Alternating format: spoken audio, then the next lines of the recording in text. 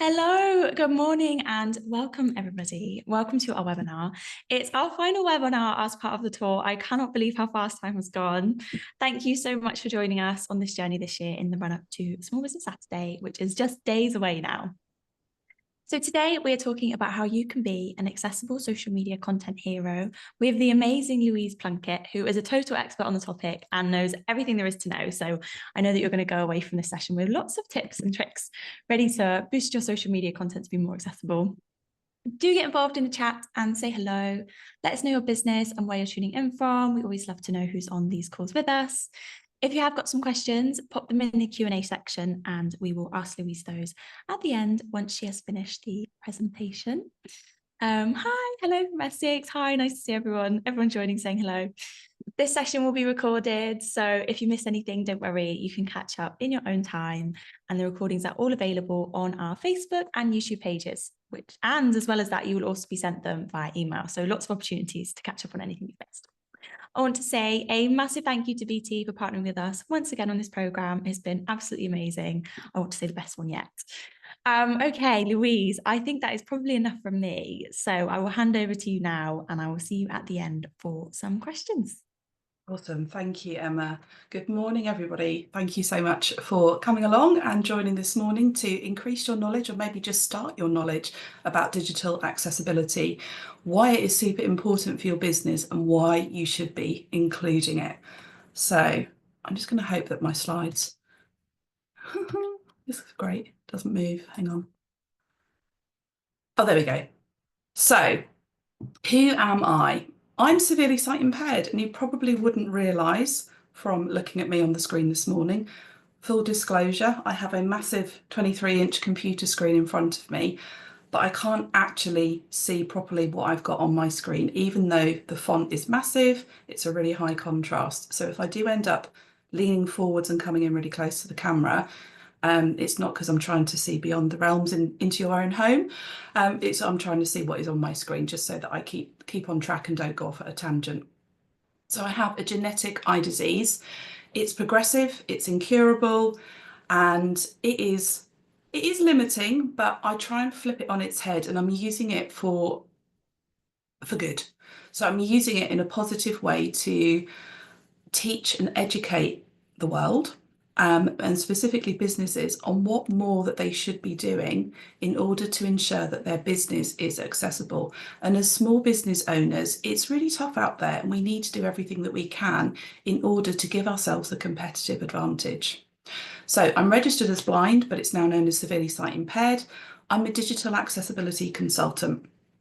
I'm also a published author and part of a book collaboration which came out last year, which was very exciting and a fantastic experience.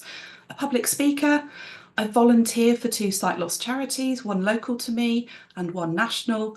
And I'm also a happily married wife, and I have 2 children who are growing up way too fast for my liking. But, you know, that's what life is like. So my mission, now I'm not going to read this out because I can't see it, but I will paraphrase it. My mission is to raise awareness of what digital accessibility is and how you can implement it into your social media content. That's my specialism. It is social media accessibility. There are so many hidden barriers in social media, and they are stopping people from engaging with your content, following you, maybe dropping you a message, and ultimately preventing a sale. So the more you can do to remove those barriers, the better. So my mission is to get that message out there to help you understand that it's not hard. Yes, it's a little bit time consuming. Yes, you need to remember it, which is the hardest part. But to consistently implement that will make positive changes into what you do and your business.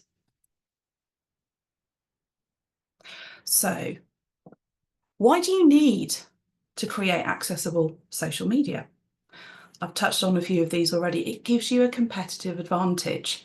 So from my perspective as a consumer, if I am going online and I'm scrolling and there are lots and lots of small businesses, I'm going to use Instagram as an example. If I find an account that has included an image description for their content or a video description for their content, that makes my brain happy because it's like, oh, this person, this business owner, this small business this larger business has actually thought about accessibility and has put it into their content. So for me, that means that they've thought about the disabled customer. So therefore, if their social media content is accessible, then it's highly likely that if I click through to their website, that there'll be accessible elements there as well. If it's a small business or any business, any type of account on social media that hasn't got accessible features in there, or there are those hidden barriers, that says to me that A, they're either not aware of it, B, they're choosing not to implement it, or C, they can't be bothered. And that is, it's so disheartening, and it really makes me as a disabled consumer feel unwelcome, unvalued. And, you know, it's like, you don't want my money. And that's not the message that you want to be sending out. When you are an accessible business, you create brand loyalty and you also create brand awareness. And believe me, within the visually impaired community, if somebody finds a product or a business that has maybe been accidentally accessible in their product design, in their packaging, or maybe they have gone that extra mile and their content is accessible, we talk about it and we share it within the community. For example, there's a group in Facebook that I am part of. It's called Blind Mums Connect. And there are so many people, so many mums in there who ask for buggy recommendations. I'm a guide dog owner, I'm a long cane user, and I'm pregnant and I need a buggy that I can use. What has everybody else gone for? It's just an example. And the recommendations start flooding in. Imagine if that was you and your small business that was recommended, or a product that you sell. Imagine the footfall and the traffic that is going to come your way because of that single word of mouth recommendation within that community. It could be phenomenal. Morally, it's a good thing to do. Why wouldn't you be accessible? Because when you're not, you're effectively shutting the door to millions of people and saying your money's not good enough for me. So from a moral, you know, it's just called being a good human, and, you know, being a nice person, being nice, being kind, and morally, it's just a good thing to do. So why wouldn't you? Okay, I think I have got some stats coming up. Okay, so this is a common barrier that people say, you know, but Lou, I don't have anybody in my audience that needs me to be accessible. And I'm now hoping that is what that actually says. Yes. So my answer to that is, you may have hundreds of followers on your social media, you may have thousands, you may have tens of thousands of people. You cannot know the personal circumstances of every single follower. If you had gone, and if I became a new follower of yours and you'd gone to my social media and my account 5 years ago, you would not have known that I was visually impaired, because I didn't talk about it. And many people with disabilities don't talk about it because for many reasons. There's a lot of fear, there's a lot of shame. They haven't reached that level of acceptance. And they're also kind of afraid to sort of put their hand up and say, excuse me, I'm disabled, could you do X, Y, or Z for me? What we do is we go elsewhere. And it's as simple as that. If I could be looking for something online, I maybe Google something, I go to the first hit. If that website isn't accessible, I'm back to the Google and I'll go to the next hit and I'll find a company that has got an accessible website. So today is focusing on social media, but social media is a funnel for your website. So it's important to get the social media right, so it then funnels through to your website. Just going back to the example that I gave, I could look for something on Google. That first hit might not be an accessible site. The second one may well be. That second one could be more expensive than that first one, but because they are accessible, I am willing to pay that extra money in order for me to be able to independently shop and buy that product or service from that company. So that's the thing to bear in mind. It's not all about cost. Excuse me. So some surprising statistics for you. That's a bit of a mouthful for a Wednesday morning. So in the UK, there are over 2 million people living with sight loss. That's a lot of people. And in my county where I live in Norfolk, The local charity here that support people with sight loss, who I volunteer with, they have 43,000 of those on their books. And that ranges in age from babies up to, people at any age. And that's the ones that they know about. So there are lots and lots of people out there living with sight loss that aren't part of this statistic. In a study done by the RNIB, this was a couple of years ago now, but 98% of the top 1 million websites globally are inaccessible on their homepage. Now I can go to the homepage of a website, and if I can't navigate beyond the homepage because the menu has been situated in such a place that I'm not able to click on it because of my screen reader, then I can't get into your website. So therefore I can't spend any money with you. Will I take the time to email you and say, excuse me, you need to change your website because I can't spend my money with you? Probably not. I'll go to the next hit on Google. So it's well worth bearing that in mind. Maybe having an overhaul, a review of your socials and of your website as well. So some more stats for you. So in the UK, 1 in 4 households has a person or persons living with a disability. So whether your business is purely online or whether you have a bricks and mortar business, 25% of the people out there have a disability of some form, and most of those are hidden. Okay, so you wouldn't necessarily know about them. So if people are asking you, if your customers are asking you to make some adjustments, they're not being awkward. They're asking for those adjustments in order to help them have a better shopping experience with you. And if you say no, they'll go elsewhere. Okay, and that last stat on there, which I now can't remember what it says, and I've got a little box over the middle of it. So I think it was 75% of customers, online customers, will click away from a website because it's inaccessible. Now that could be for visual inaccessibility. It could also be for mobility reasons. If your boxes and your buttons to click on are so small, somebody who has got issues and difficulty with their hands, so that maybe they've got a tremor, maybe they're not able to click or tap, and they can't get in, they can't shop with you. So there's lots and lots of things to think about. But what I don't want you to do is to go away thinking, oh my gosh, I have got so much work to do. This is really overwhelming. And then you do nothing. My advice that I give to my clients when we do training together is, yes, I'm going to give you a lot of information. Yes, you can have lots of notes and you can have resources, but just pick one thing and work on that until you can do it naturally, till it's a habit, till you don't think about it. And then you can then add in the next layer. And you build it up slowly, slowly, slowly like that until you are creating accessible content without even thinking about it. So you may or may not have heard of the Purple Pound.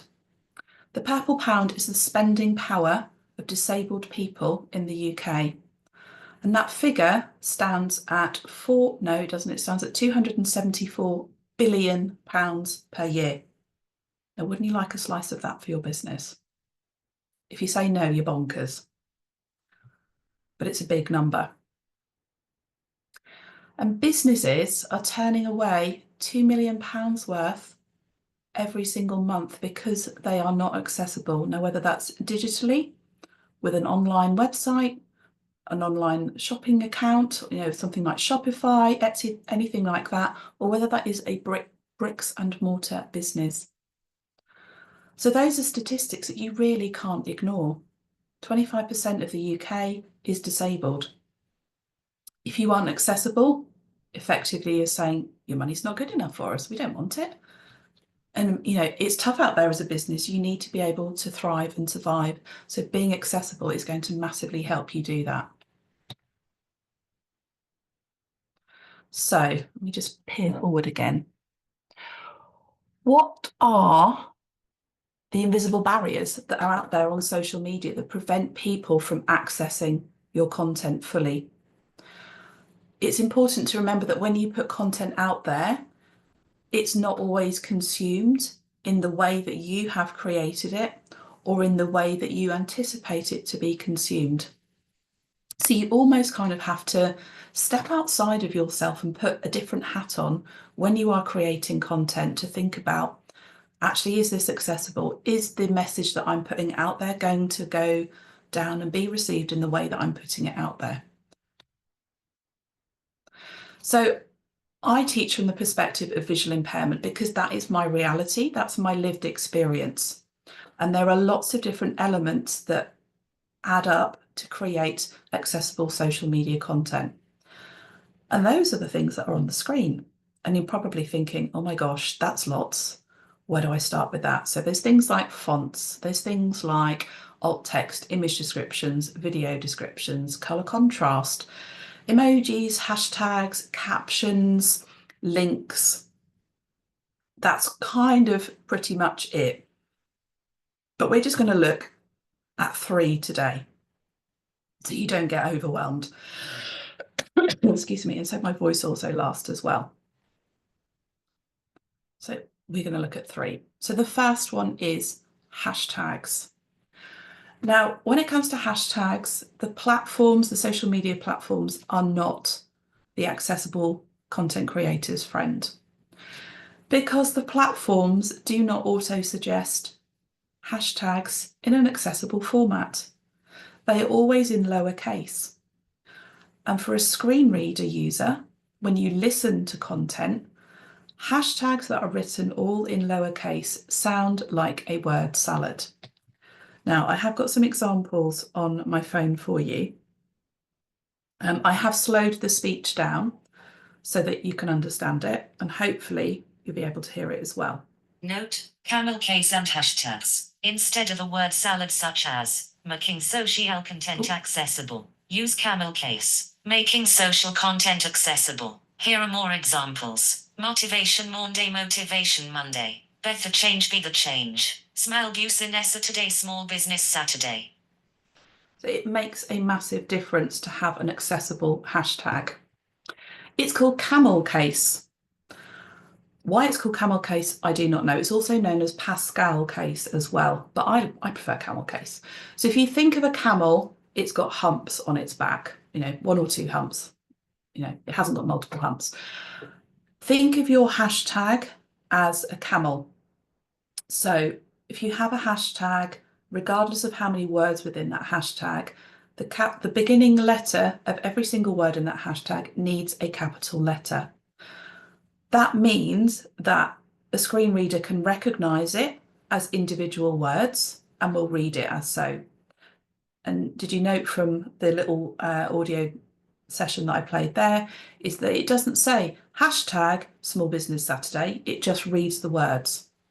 So if you're dropping in hashtags within your content as part of your copy, having no camel case can actually make it really confusing to listen to.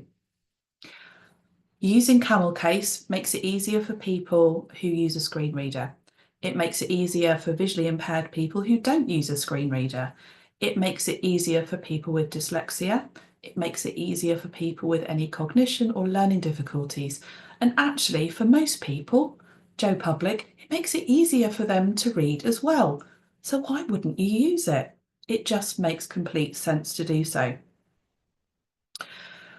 You can still search for hashtags that are written in camel case within platforms. So don't think, oh gosh, if I use that, then nobody's going to find me because they can't search for me. They still can, okay? You can save your hashtags if you have, as a little extra tip for you here, but if you have a bank of hashtags that you use regularly, you can save them as a note on your phone or wherever you do them, convert them into camel case, and then you can copy and paste them directly in, and they're already written. So instead of, as you're doing stuff on the fly and you hit the hashtag key and you start typing and it auto suggests things and you think, oh yeah, that's the one, you tap on it, that will be inaccessible. So just outsmart Meta and all of the other platforms and use accessible hashtags because it makes a massive, massive difference. Okay, the next thing we're going to look at is, oh, there we go. There's an example for you. So to kind of reinforce so you can see it written down, what it looks like. Hashtag accessibility is important, I think is what it says. There's a big difference there between visually looking at it without camel case and with camel case. So the bottom one there is what you are aiming for. So the next thing we're going to look at is emojis. Now, who doesn't love using an emoji? I know I do. But there are some rules around using emojis, okay, for accessibility reasons. So it seems less of a trend now for people to use lots and lots of emojis in their content. But a while ago, everybody was using them dotted all over their copy, thinking, you know, it's like fun, it's eye-catching, it's going to draw people in. But actually, for the likes of myself and the millions of other people who live with sight loss, regardless if they use a screen reader or not, it's actually quite confusing because emojis are really small, particularly the facial expression one. So I can't see the facial expression on the emoji. And if you start using that within your content, I'm just like, I don't know what that is. I was really stubborn and I only really kind of given in to using a screen reader in the last couple of years. So I use my phone, I make the font as big as it can possibly go on my phone. I use a screen reader, but I also have a pair of very delightful but super efficient low vision aid glasses. So yes, blind people can use a phone because there is assistive technology out there. So never let that be a misconception. If you see somebody with a cane, with a guide dog using a phone, never accuse them that they are faking it, because we are not, okay? Emojis.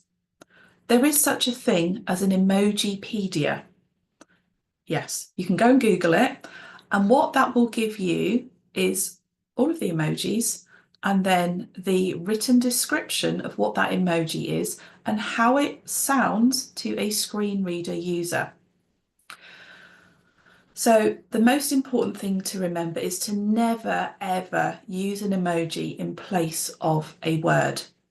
Because once you've looked at that Emojipedia, you will realise that it will drastically alter the context of what you have written.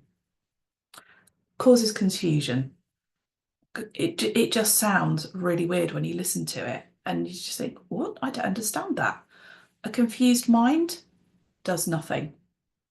And if you are consistently using an emoji in place of a word in your content, if I was following you, I would be heading to that button and clicking unfollow because it's very frustrating. It's an extra barrier that you are putting in place that doesn't need to be there. Never use more than 2 emojis consecutively. I have seen content creators, businesses use, I don't know, maybe they want to grab attention and they do a whole line of emojis, and they could be identical emojis for the first line of their copy. Because it's like, whoa, it's grabbing attention. It could be the red cross mark. Now, a screen reader is clever. A screen reader is fantastic. But what a screen reader will not do is skim read or tell me that there are red cross mark emoji times 10. It will read red cross mark, red cross mark, red cross mark, red cross mark, red cross mark. By this point, I'm bored, I'm frustrated, and I scroll on. So again, you've lost me for potential engagement, for potentially as a new follower, and also most definitely for a sale. So use 1, maybe 2 maximum.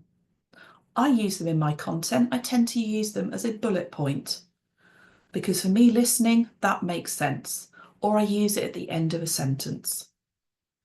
So again, I've got some examples on my phone of emojis. Here we go. So I'm going to play it, and this is what I hear, and I will hold it up to the camera. I won't know if you can actually see it or not, so I will do my best here to show you. But if it's not on screen, I do apologise. No emojis. Hands with light skin tone pressed together. Heart with stars. Face screaming in fear. Cross mark. Woman student. Monkey covering mouth. Comet. Paella pan. Person with light skin tone surfing. Woman with light skin tone. With a white mobility cane. That last one's me. So the paella pan, you might have used that thinking, oh, it symbolises dinner. You know, do you fancy going out for dinner? If you'd change the word dinner for that emoji, do you fancy going out for paella pan? What? If I knew you well enough, I could probably guess what you meant. But on the whole, you can see how it alters the whole cognition of what you are writing. So I've saved a biggie for the third example. This is massive, image descriptions. I cannot emphasize enough how important image descriptions and actually video descriptions are for your content that you put out on social media. Without an image description, I do not know what is in the photo that you have shared. You could be a product-based business and you are sharing your festive range, and maybe you've got a slideshow of photos, maybe you have done a reel, maybe you've done a slow pan across a beautifully laid out table of your new products. If your caption just says new products have landed, link in bio, and there's no image description, there's no video description, I do not know what it is that you have shared. Am I then going to click onto your bio to then read your bio to try and work out what sort of business you are, what products you sell? I might do. Am I then going to click through onto the link to then go to your website? Probably not, because the fact that your social media content isn't accessible says to me your website's probably not going to be accessible either. Okay, and there are so many small businesses that have popped up on my Instagram, particularly on the run up to Small Business Saturday in the festive season, that have shared a video, and maybe it's a pan of their products, maybe it's like looking around their shop, their premises, whatever it might be, and they have then overlaid that with text. I don't know what that text says. And then the caption just says, support small businesses this Christmas. It makes no sense. I challenge you to go through your social media and maybe not look at the image and just read the caption. And from the caption, do you then know what it is that they are sharing, what the image is, what the video is? Probably not. Okay. Image descriptions are crucial. Now, a lot of businesses will use alt text, which is fantastic. Brilliant. Well done. You have to use alt text in the right way. It's not somewhere where you can put in a link. It's not somewhere where you can just drop in a few random SEO keywords. That's not what alt text is for.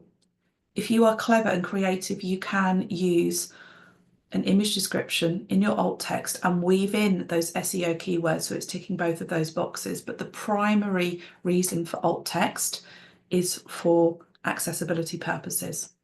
Okay. Image descriptions have this massive misconception that they are really hard to write. They are going to take too much time for somebody to do, and actually, do you know what? Probably nobody in my content needs it. But going back to what I said earlier, you do not know who out there who has maybe landed on your page, you've shown up in their feed, they're consuming your content. You don't know who needs you to be accessible. So if you put it on, put an image description on all of your content, you're reaching more people. You are not excluding anybody, and nobody likes being left out. In case you didn't know, alt text is only accessible for people who use a screen reader. It's an invisible image description that's only accessed with assistive technology. So I always advise people to include an image description at the bottom of their caption, and then highlight it, copy and paste it into the alt text. So you are ticking both of those boxes. So people who are purely screen reader users can access that content, that image description. But people like myself who didn't used to use a screen reader also knows what is in that image. Alt text is super important. Image descriptions, I would say, are more important, because someone who's a screen reader user can access it in your caption, and so can people who don't. Okay, so how do you write an image description? Again, people get really flummoxed by this, and this is the number one aspect of accessibility when you're creating content that my clients get really overwhelmed by, really confused by, quite stressed. There's like, I don't know what to write, I don't know what to write. Writing something is better than nothing, okay? Just have a go. So I always say that once you've kind of got these 3 principles down, have a practice. The more you practice, the easier it becomes. When you're sat on the sofa with telly on of an evening, you've got your phone, you're scrolling, go to your camera roll, pick a photo from there and say to your other half, I want to describe an image for you and I'd like you to picture it in your head. The purpose of an image description is to build that mental picture for somebody else. So describe that image to them and then show them the image and say, does what you picture in your head match this? If it does, fantastic, you've nailed it. If there's gaps, it then shows you, okay, maybe I need to add in this extra bit of information and that extra bit of information. But the more you practice, the easier it becomes, I promise. So the 3 things, and there's only 3 things that you need to think about and remember when you write an image description. Number 1 is, what's the focal point of that image? It could be your products, it could be, you know, a scene, a sunset, whatever it might be, but what is the focal point? What is it that your eye is drawn to first when you look at that image? Number 2 is the context. So that could be, if it's a product picture, it could be that your products are, maybe you've laid them out on a beautiful crushed velvet tablecloth, for instance, which is a lovely, rich, Christmassy red, for example. That gives it some context. And then the number 3 is the finer detail. So then go back and fill in the blanks. And that is literally all you need to do. I will talk about AI in a minute, but let's have a little look at an example. So you may recognise these ladies on screen. One of them, of course, is myself, and the other is Michelle Ovens, the Director of Small Business Britain. So if you were to describe this image, so if I was describing this image, what would be the focal point of that image? Okay, the focal point are 2 women standing together. Yes, you describe the people. So I would say Lou on the left is a white female with short brown hair. She is wearing a blue short sleeve dress, dark sunglasses, is holding her long white cane. I'm not sure how much of my cane you can see. He's called Michael Caine, by the way, and no, you don't mess with me. And I've probably got a glass of Prosecco in my hand, and I'm smiling at the camera. Michelle on the right is a white female with shoulder length, I think she has brown hair. She's wearing a blue t-shirt, which had an amazing slogan on. I now can't remember it, and I definitely can't see it on the image. That's the focal point. The context of that image is that they are standing on the terrace at the House of Lords. They are smiling, both smiling at the camera. And then the finer detail would be that the London Eye is in the background. There are people behind them. You can see the River Thames. So you are building up that mental picture so that somebody who has reduced vision, maybe very little vision at all, can picture that in their head. Okay? And it's as simple as that. Yes, it can be tricky when you start. Yes, it can be overwhelming, but the more you practice, the better you get at it and the easier it becomes. So I would include that image description in as part of my post, and then I would highlight it, copy it and paste it into the alt text. So I've covered both bases there in terms of accessibility. So AI. So there is a QR code on screen, which will take you to a free download on writing an image description that I have written. AI, can you use it to write your image descriptions for you? Yes, you can. You can. But what I will say is that I can spot an AI generated image description a mile off. It's so obvious that it has been written by a bot and not by an actual human. And we all like the human touch. We all like that human element of content. There's nothing worse than content when you're reading it and you think, yeah, they've not written that. It's been written by AI. It's the same for an image description. Yes, it can save you time. Yes, it's kind of the lazy option. Yes, to me, that would signal, yeah, you know you need to write an image description, but you can't be bothered to write it yourself. So the choice is yours. You can either use AI or you can put a little bit more effort in and learn how to write them effectively for yourself as well. Okay. So I hope that was clear. Any questions? I'm just going to tap on to my next slide as well. So my email address is on there. If you have anything that comes up for you after today, drop me an email. I'm more than happy to answer. Please connect with me on social media. My website is on there. It's not quite live yet. It's still being worked on in the background by my website guys, but it will be there very soon. And then I think, yeah, there is a link to sign up for my newsletter. So I share a newsletter every week. There are exclusive tips in there, my offers, and my experiences of living life with sight loss. I've had a couple of days in London this week, which have been super exciting, slightly surreal. So I will be sharing about that this week. So if you'd like to know more, scan the QR code, sign up for my email, and you'll find out on Friday morning when it drops into your inbox. Fabulous. Thank you so much, Louise. So many really practical and tangible pieces of advice there. So thank you for that and for sharing all of those wonderful examples. I'm sure Michelle would love to know that she was part of your presentation as well. So I will dive straight into questions. The first question is, do you have any good examples of social media accounts or websites that have good accessibility? Okay, so in terms of social media accounts, follow somebody who's got sight loss, because the blind content creators will create content that is accessible. Everybody else, it's a little bit sporadic.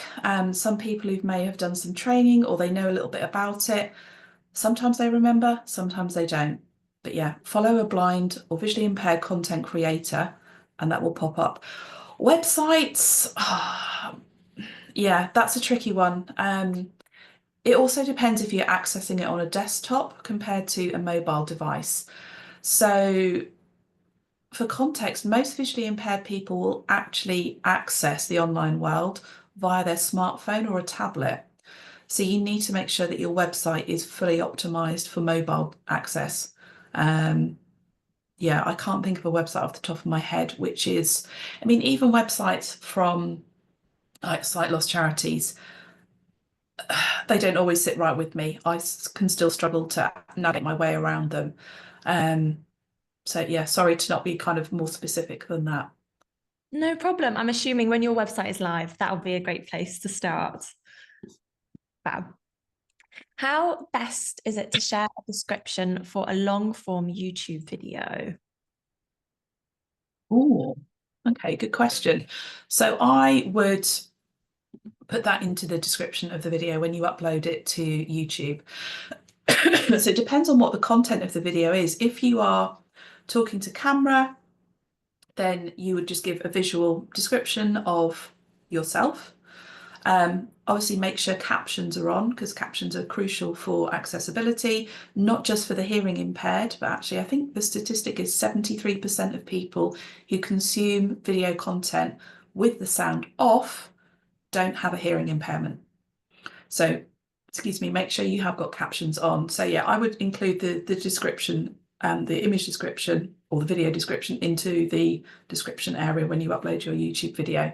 But obviously if you are, if you're doing a video where maybe you are showing off products, for example, so, you know, instead of just like holding up this item here is like, oh no, isn't this fantastic? It's great. You know, you really need one of these in your life because it's going to make life so much easier for you. I'm sitting there listening thinking, well, yeah, that's great, but I don't know what it is that you are holding up. So make sure you give that verbal description that it is a magnifying glass with a black handle and a white section around the actual magnifying glass. It's battery operated, there's a sliding switch on the front, there's a light on the back. If you're unsure, go to YouTube or go to TikTok or any other video type platform, have a scroll with your eyes shut and see what you can glean from that. A lot of the time you will be puzzled as to what it is that people have made a short or a long form or whatever it is. You'll be puzzled and confused and like really not sure what it is that they're sharing. So yeah, descriptions are super, super important. Wow. Another question is about emojis. Caroline has asked whether using the semicolon, a dash, and then a bracket instead of an emoji is accessible or not. Do you know, it massively varies. Sometimes my screen reader will say that it's a smiley face or a winking face, and sometimes it completely ignores it. So I'm not even aware that that's there. Which it's very bizarre. Assistive technology is fantastic and I wouldn't live without it. But also it can be it's a bit like Russian roulette. So there was a post on Facebook the other day by one of my friends, and she was sharing that she had a stall at a local Christmas market. Facebook is awful because I can tap on the picture and it'll be like image, maybe an image of a person, or maybe an image of text, or maybe a graphic. This one actually told me what was in the graphic. And I was like, oh, this is exciting. This is amazing. Maybe Facebook have upped their game. However, it read the different sections of that graphic in alternating male and female voices, but they were also not English voices. And it was so difficult to understand. It was actually hilarious to listen to. And I'm just like, why has it done that? And I played it for my husband. He's like, I don't understand that. He's like, I can't work out what it's saying. I was like, yeah, but you can actually see what it says. I can't. So yeah, it is very hit and a miss. It depends how important using that emoji is for your content. And it's kind of a decision that you have to make in terms of, how much emphasis you want placed on that. Fab, thank you. The next question is also about image descriptions. Does it matter if the image descriptions are repetitive, as in I make food pouches and only the fabric changes, so it would be a lot of the same thing repeated again and again? No, I would say not. You might think it's repetitive, but remember that not everybody sees all of your content unless they specifically go to your page and scroll through each of your posts that you have done. So it's absolutely fine to be repetitive. It might be boring for you to upload it and to write it. Maybe if you've got like a standard image that you're using, you're just changing that picture, save it as a note, and then you can just tweak like the color of the pouch or the color of the packaging or the color of the label or what the label says. If there is a label on it, please include what it says on the label. So if you've got a graphic that you've created, you need to transcribe what it says in the graphic as part of the image description. It's no use just saying that it's a graphic promoting your upcoming event. What is your event? When is your event? Where is your event? I don't know. You need to transcribe that information.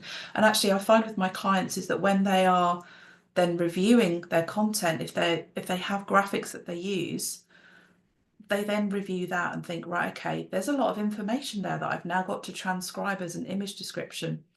Can I convey that information in a different way? Could I maybe separate that out into a carousel, for instance, and split that information across a number of slides? Can I simplify down my poster advertising an upcoming event? Because it's not just visually impaired people that struggle with a rammed graphic with lots of information on there, with different colours of font, different sizes and styles of font. Anyone with dyslexia would struggle. Anyone with colour vision would struggle. Neurodivergent people struggle. It's overwhelming. So it's a great opportunity to really evaluate what you are putting out there and think, okay, could I present this in a better, more accessible way? Not just for a small niche as you might perceive it, but creating accessible content benefits everybody. Absolutely, definitely does. And what you were saying at the beginning there about, all of these people who you're kind of missing out on, like, why not, it takes 2 seconds to include them and it makes such a big difference. Sounds fabulous. There's a question about Meta auto-generated alt text and whether this falls into the AI category. the question says, if I've understood it correctly, I guess that means I should give it a swerve and try to create my own. Yes. Yes, please. Easy, yes, love it. Yeah. I think you've had this question, but I'll ask it again. Is alt text enough, or do you need to do alt text and a description? I would do both, purely because not every visually impaired person uses a screen reader, and you can only access alt text via a screen reader. So there are going to be a massive chunk of people that will be consuming your content that will be like, oh, I don't know what that is. But because they don't use a screen reader, they don't know what's in that image if you've only put it in your alt text. So alt text is fantastic and well done if you're using it, but you're actually still excluding people by not putting that into your at the end of your post. And as you were saying, you can use it if you're clever, you can use it for SEO, and it can be another excellent tool. Fabulous.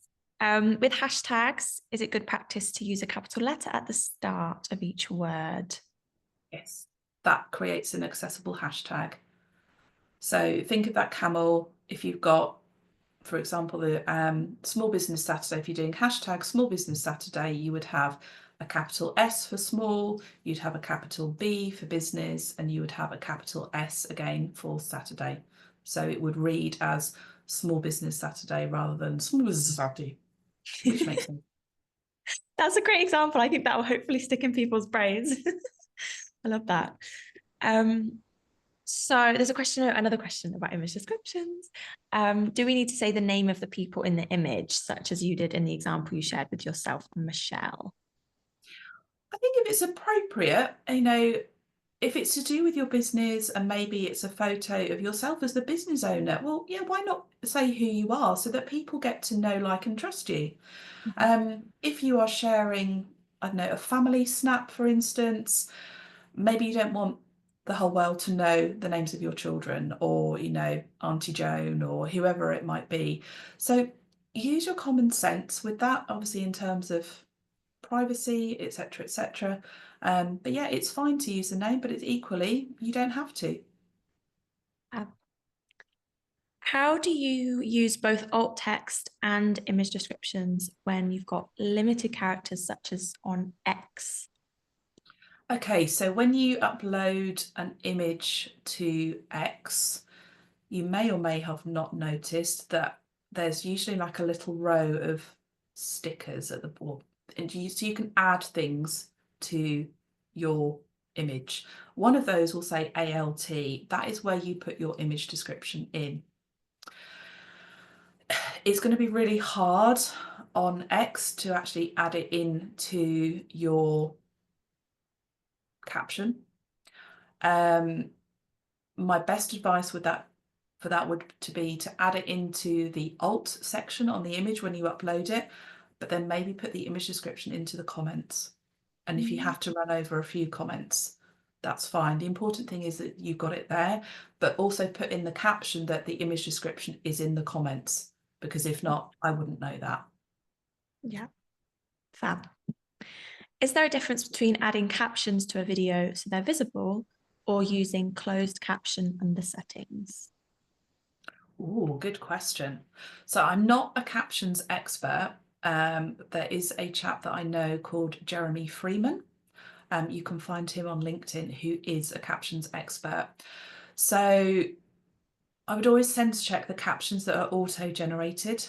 And I would actually also make sure that they are visible to everybody, because again, a lot of people consume video content with the sound off. You don't want it to be a barrier for somebody who's casually scrolling to think, oh, okay, I need to go into this, and then actually switch the captions on so I can see it. You want them there. So I would say make sure that they are always visible. Lovely. I've got a menu at the top of my website. Is this accessible? If it is fully justified to either the left or the right, I cannot access that with a screen reader. So make sure that you indent it from either side or centralize it. What are your views on organizations such as Recite Me, which will audit your website to see how accessible it is, and then potentially make their money by paying them to help you make it more accessible? Chapter one. Okay. Yes, there are companies out there that can do that for you. And then yes, they will charge you a lot of money in order to make that your website accessible for you. By all means, if that's the route that you want to go down, then go down it. But how about you find a web designer who creates accessible websites? They are out there. I know a couple. So I'm more than happy to put you in touch with them. But actually, if they then alter your website for you and make it accessible, what happens when you then want to add a new page or you want to change stuff? Do you have to go back to them and they then charge you more to do that? Or are you then able to do that yourself? Just something to think about. So yeah, you can use them. I would say maybe pick somebody who has got lived experience and who can offer that service, or somebody who specializes it. Support a small business. There are small businesses out there that actually offer this service, so find them and work with them.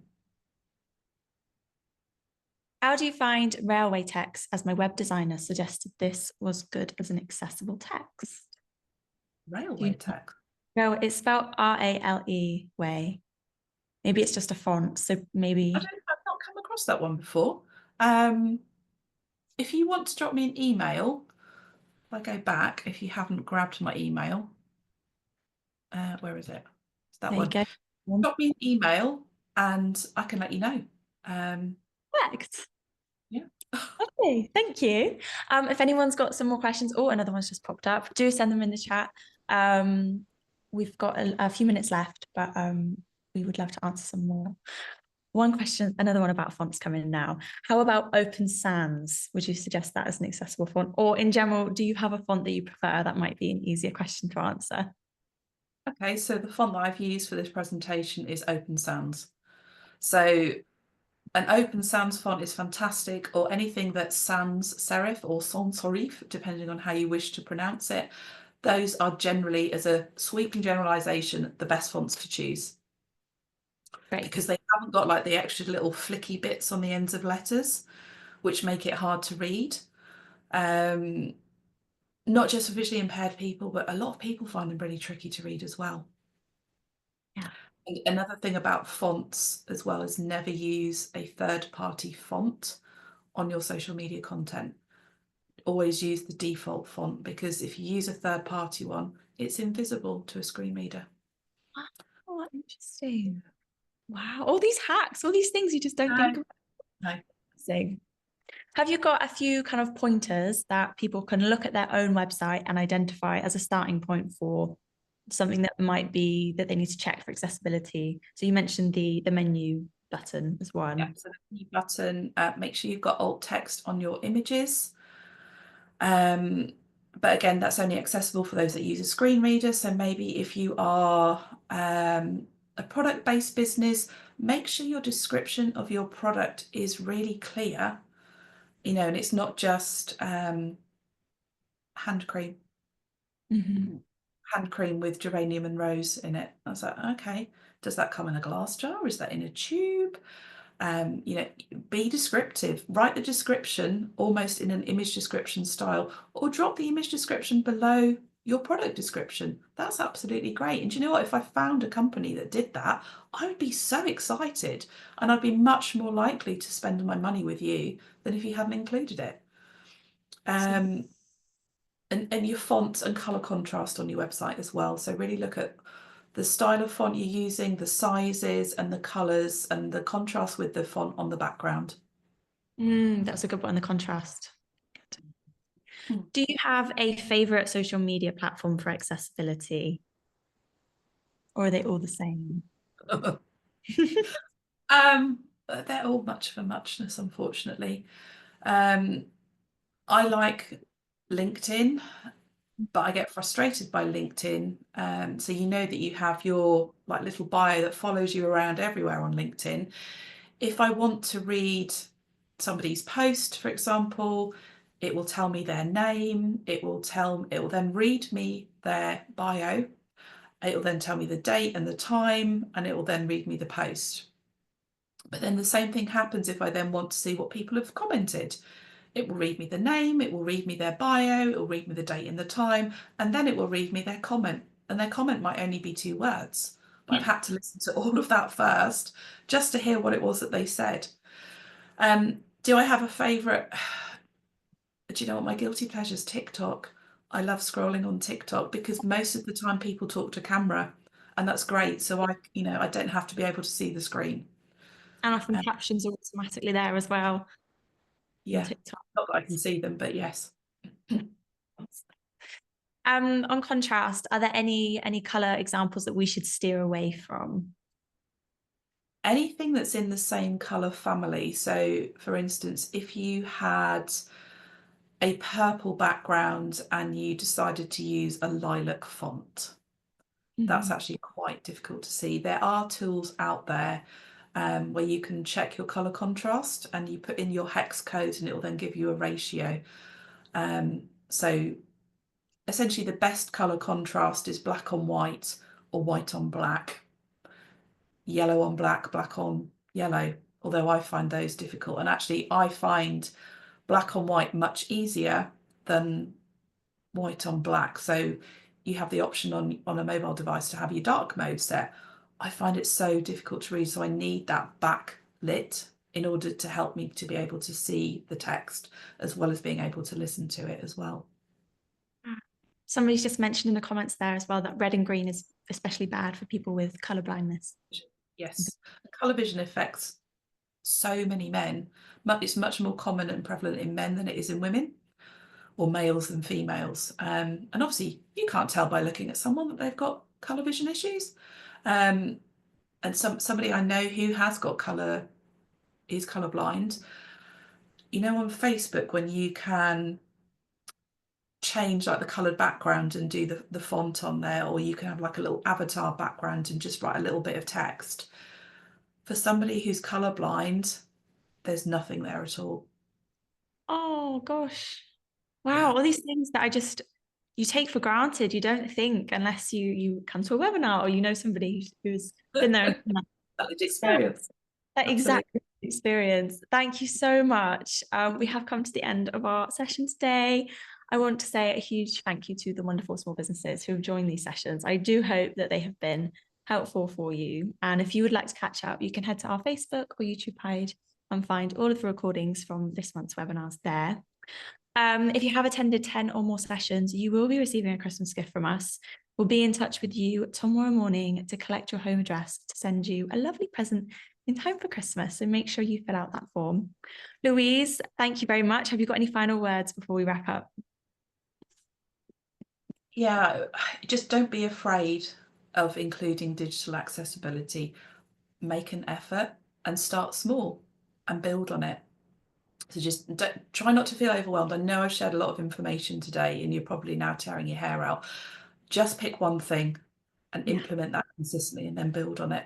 And it's not as daunting as you might think it is, but it can make a massive, massive difference. Amazing. I've loved spending the last hour with you, Louise. So thank you so much for sharing all of your insight. The Small Business Saturday team, we're still around, so do get in touch if you have got any questions. I will say goodbye for now, but we'll be back next year with another program for you all. So take care. Bye. Amazing. Bye.